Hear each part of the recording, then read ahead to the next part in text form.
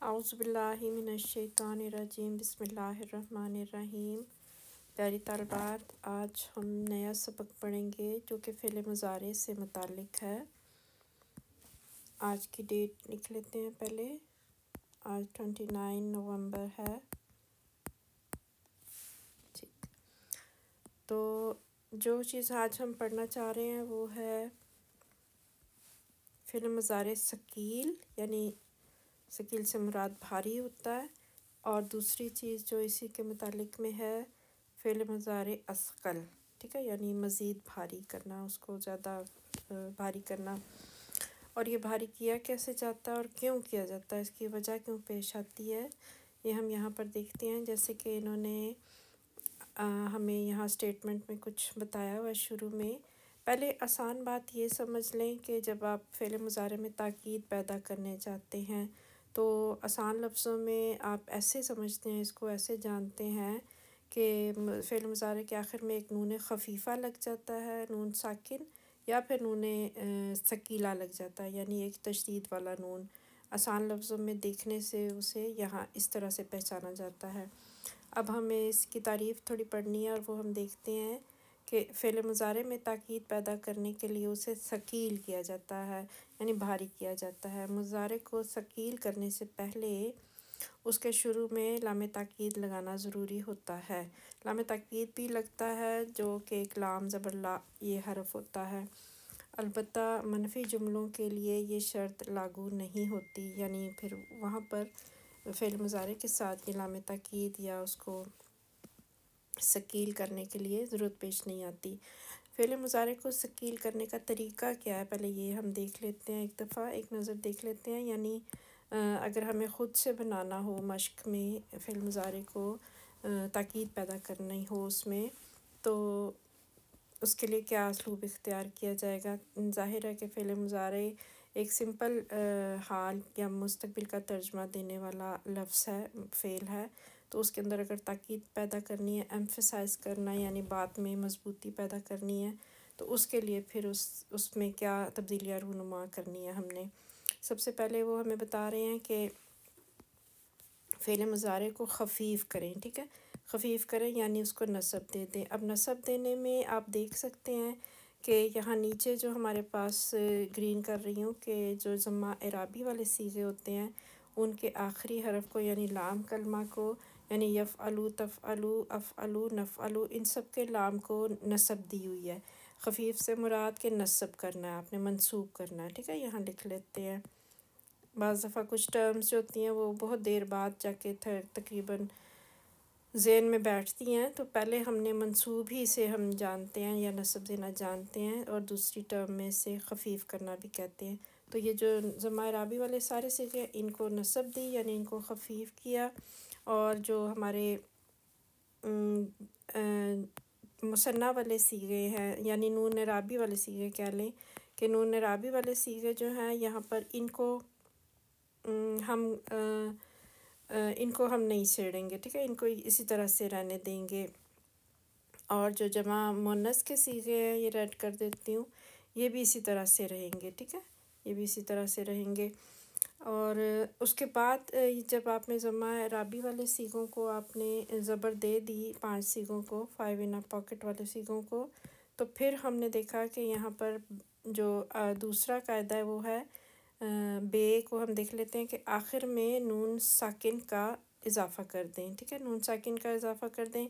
چلیں پھر یہ جو ضمہ اعرابی والے صیغے ان کے ساتھ تو نون ساکن کا اضافہ ہو گیا، ٹھیک ہے، نون خفیفہ کا اضافہ ہو گیا مضارع کو ثقیل کرنے کے لیے۔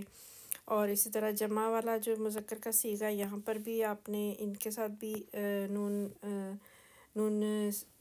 خفیفہ کا اضافہ کیا۔ ہاں، یاد آیا کہ جو جمع مذکر کے صیغے ہیں، جمع مذکر غائب کے اور جمع مذکر حاضر کے، یعنی یفعلون اور تفعلون، ان کو بھی جب ہم نے ثقیل کرنا ہے، یعنی خفیف کرنا ہے، یعنی منصوب کرنا ہے، تو ان کے بھی نون اعرابی گر جائیں گے، ٹھیک ہے، تو یہ چیز میرے سے رہ گئی تھی، اور ان کے نون اعرابی گر جائیں گے۔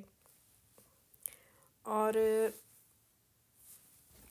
صرف یہاں پر جو انہوں نے نوٹ ہمیں کرایا ہے کہ تثنیہ میں تثنیہ کے جتنے بھی صیغے ہیں ان میں غائب اور حاضر کے سب صیغے، یعنی یہ والے غائب اور حاضر کے سب صیغے، یہ 4 صیغے، اور جمع میں صرف مؤنث غائب، یعنی یہ اس کو نشان لگا دیتی ہوں، یعنی یہ مؤنث غائب، یہ جمع کے مؤنث غائب کا صیغہ یفعلنا، اور جمع میں مؤنث حاضر کا صیغہ تفعلنا، اس کی بات کر رہے ہیں کہ یہ صیغے ثقیل نہیں ہو سکتے، یعنی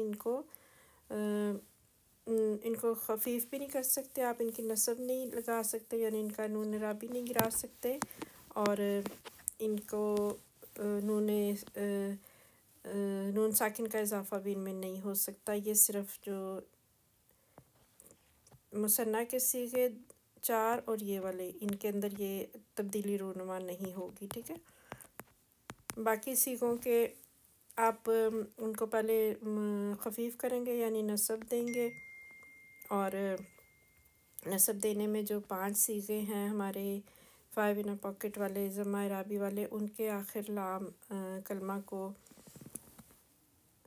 زبر مل جائے گی، اور جو جمع کے صیغے ہیں، جمع مذکر غائب کا اور جمع مذکر حاضر کا، یفعلون تفعلون، ان کا نون اعرابی گر جائے گا، تو یہ اس طرح سے یہ خفیف ہو جائیں گے۔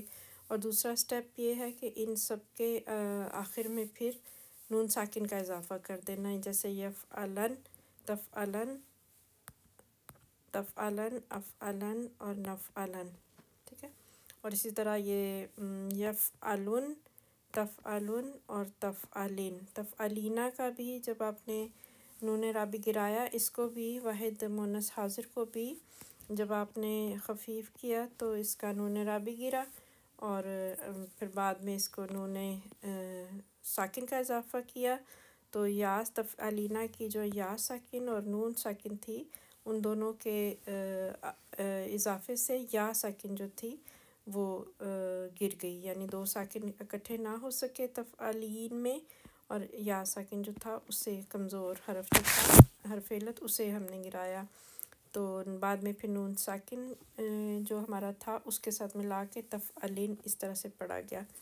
تو کچھ اس طرح کے صیغے جو ہیں پھر یہ تیار ہو جائیں گے۔ وجہ کیا پیش آئی ان کو بنانے کی؟ کیونکہ ہم نے مضارع میں تاکیدی اسلوب پیدا کرنا تھا، یعنی وہ ضرور کرے گا، یا تو ضرور کرے گا، یا تو ضرور کرے گی، میں ضرور کروں گا، ہم ضرور کریں گے، یا وہ ضرور کریں گے، اور تم سب ضرور کرو گے، یا تو ضرور کرے گی، اس طرح کر کے۔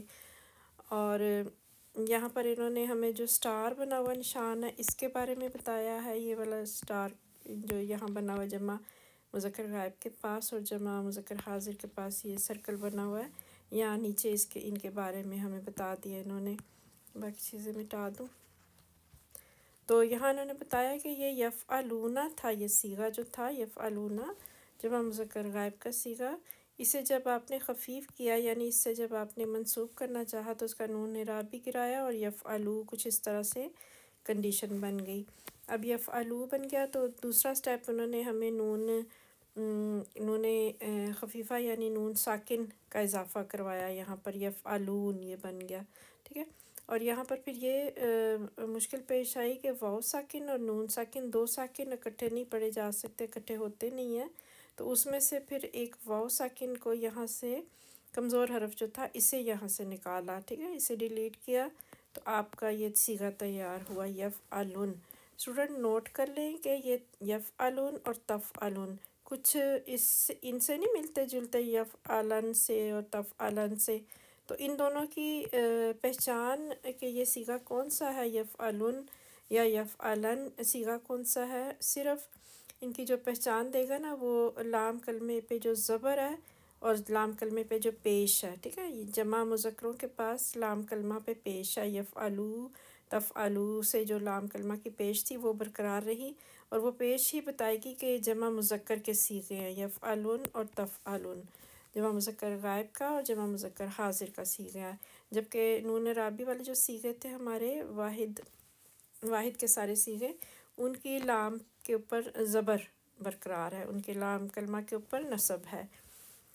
اسی طرح یہ نیچے والا جو ہمیں دکھا رہے ہیں تفعلینا کے بارے میں بتا رہے ہیں کہ تفعلینا سے جب اس کو آپ نے خفیف کیا یعنی نصب دی تو یہ تفعلی بن گیا، یعنی نون رابی اس کا گر گیا تفعلی. پھر اسے ایک نون خفیفہ یعنی نون ساکن لگایا گیا تاکیدی اسلوب پیدا کرنے کے لیے. تو یہاں پر بھی یا ساکن اور نون ساکن دونوں اکٹھے ہوئے، تو یا ساکن کو بیچ میں سے گرایا گیا، جس کے بعد پھر یہ صیغہ تفعلین کی صورت میں ہمیں مل گیا. تو یہ واحد مؤنث حاضر کا صیغہ تفعلین بن گیا. اب یہاں نیچے انہوں نے ہمیں نون خفیفہ کی جو مضارع ثقیل کی دو انہوں نے ہمیں مثالیں دی ہیں، وہ ہم دیکھ لیتے ہیں ایک دفعہ. کہ یہاں پر یہ عبارت جو ہمیں ملی ہے ولا اعوذ باللہ من الشیطان الرجیم ولا یکونم من الصاغرین، اور وہ ضرور ضرور ہو جائے گا ذلیل لوگوں میں سے.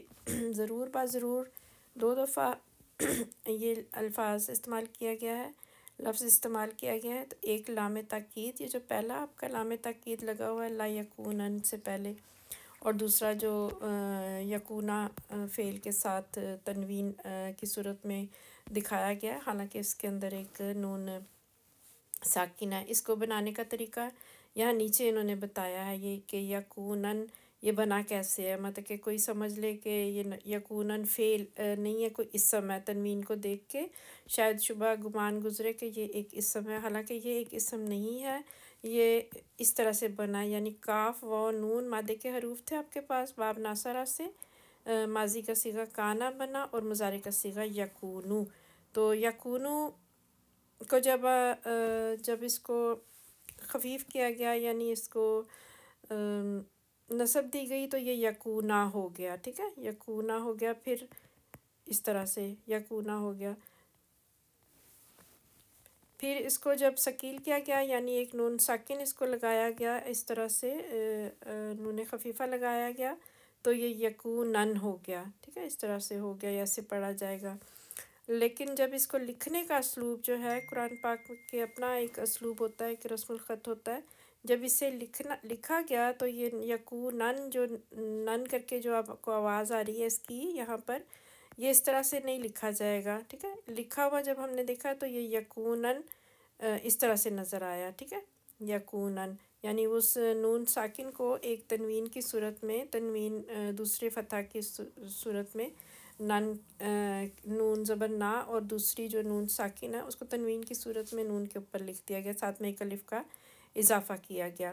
تو یکونن کچھ اس طرح سے ہمیں لکھا نظر آیا، اور لام تاکید کا بھی اضافہ کیا گیا تو یہ صیغہ تیار ہو گیا لا یکونن. اس طرح سے پھر ہمیں نظر آیا. تو اسٹوڈنٹ اس کو اچھے سے نوٹ کر لیں. یہ قرآن پاک میں لفظ آیا ہے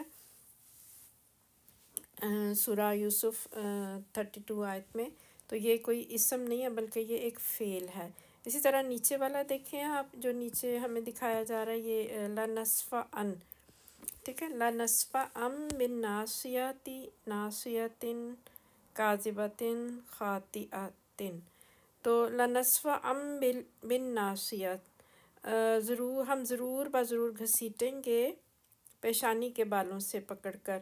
من ناصیتی پیشانی کے بالوں سے پکڑ کر، ناصیتن ایک پیشانی، کاذبتن خطا کار، کاذبتن جھوٹی، خاطئتن خطا کار.